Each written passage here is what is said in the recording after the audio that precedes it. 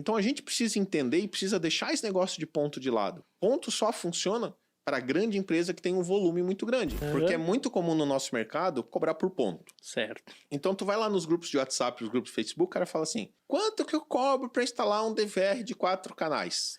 Verdade. Quanto Aí, é o metro, né? Quanto é o metro da cerca? Aí eu falo, cara, eu vou dar a pior resposta que tu quer. Mas essa é que eu tenho que te falar. Depende. Beleza.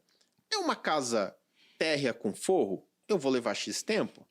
É uma casa térrea com laje? Eu vou levar outro X tempo. Uhum. Tem tubulação? É outro tempo. É Verdade. um shopping que eu vou ter que trabalhar à noite, de madrugada? É outro tempo. Então a gente precisa entender e precisa deixar esse negócio de ponto de lado. Ponto só funciona para grande empresa que tem um volume muito grande. Porque, por exemplo, uma empresa de monitoramento que, vamos dispor, gera 40 ordens de serviço por dia entre manutenção e instalação. Tem que padronizar, Ele não tem como chegar, nessa eu vou... Cara, é tanto ponto e acabou. Por quê? Em alguns ele perde. Ele ganha na média, né? Ele ganha na média. Em alguns ele perde, em alguns eles ganham. Uhum. Eu tenho um conhecido, um parceiro, que até no orçamento ele define uma média no cabo. Tipo assim, a instalação em prédio, eles fazem principalmente prédio, né? Certo. Vertical. É 70 metros de cabo por dispositivo. Sim. Ah, vai um leitor, é 70 metros. Vai não sei o que lá. Ah, não é muito?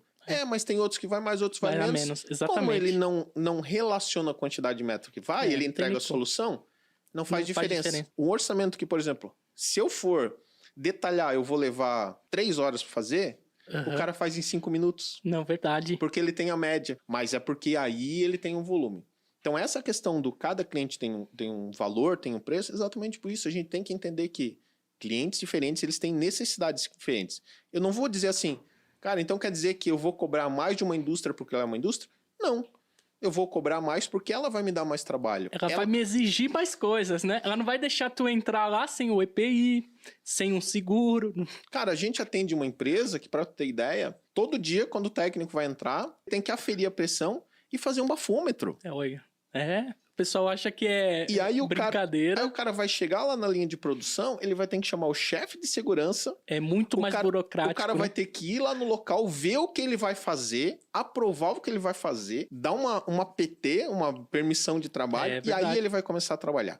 E aí eu vou dar um exemplo. Nessa mesma indústria, uma vez a gente tava fechando um orçamento lá, e veio um gerente lá de uma área e falou assim, cara, mas espera aí, tu tá me cobrando X para instalar esse equipamento, mas se eu for lá na minha casa, eu instalei...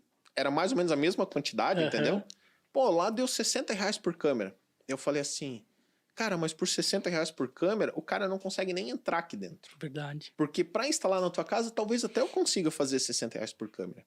Mas aqui dentro não dá. Cara, meu técnico leva 2 horas para começar a trabalhar. Verdade, cara. Eu gasto... Cara, eles pediam, né? Eles pedem... Por exemplo, assim, o técnico tem que fazer ASO, tem que fazer uma monte de coisa e...